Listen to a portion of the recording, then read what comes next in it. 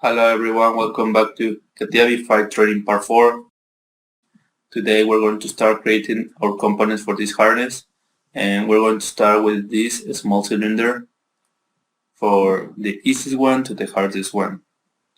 So I have already the drawing for this with all the measures, and remember all the measures are in millimeters, so if you need to change your units, just go to Tools, Options, Parameters and Measures, Units, Length, and change it to millimeters.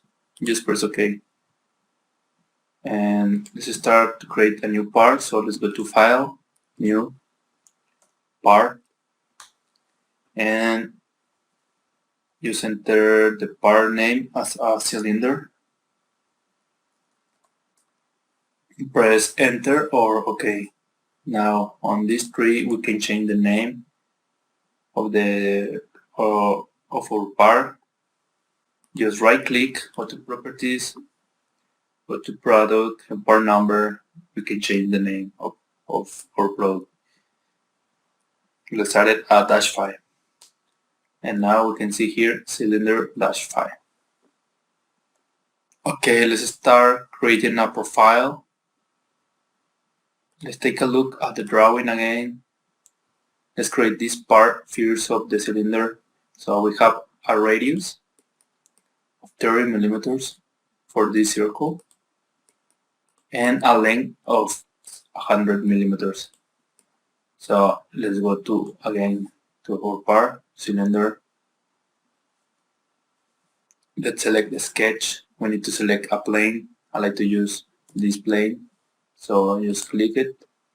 You can see on the compass we're working on the YSD plane. So let's create a circle. We have the profile toolbar here. So let's select the circle, select the center point here, the 0, 0. And another click here. We need to change the diameter for the circle, so we can do it in two ways. One is double click here and change the radius to 30, but in this way, if we touch the circle and we move it, we can change the radius again. So to fix that, we need to add some constraint. So let's click on constraint here, or you can find it here on insert, constraint creation, constraint. Click it here, click on the circle, and now we have a radius of 41. So just double click here, and let's change to 30 millimeters radius, press OK. And now the circle is green. That means it has a constraint and is done. So to exit a workbench, we can click here, exit workbench, or change to another workbench. But I like to use the exit workbench here to get back to the previous workbench part design. So now we have a circle here. So now we need to add a path. So let's go to path here. Let's select. Let's put a length of 100 millimeters. We need to select a profile. Our circle is our profile. And now you can see here, you can put a preview. So it looks good, so press OK. So now we have been finished this part of our cylinder. So now we need to add this profile in both sides. So just take a look at the measures. It's 10 millimeters from here to here, 10 millimeters from here to here, and 20 millimeters from here to here.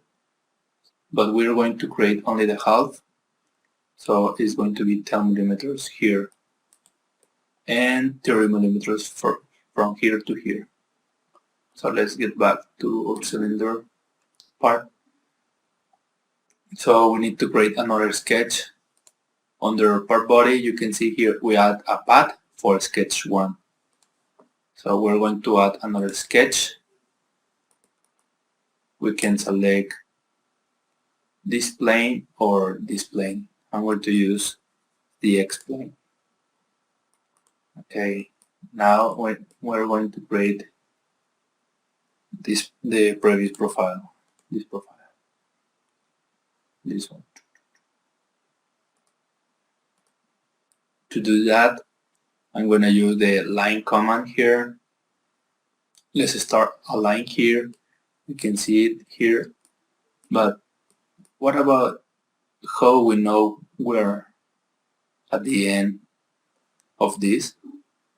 We can put it here and we know it's going to be 30 millimeters. So double click the line. You can change the length to 30 and now it's good.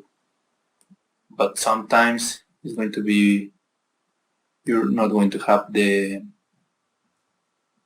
measure to, so another way to do it is use project 3D elements. So we're going to select this line and we're going to use project 3D elements command. So we select and then select the line. And now you can see a yellow line.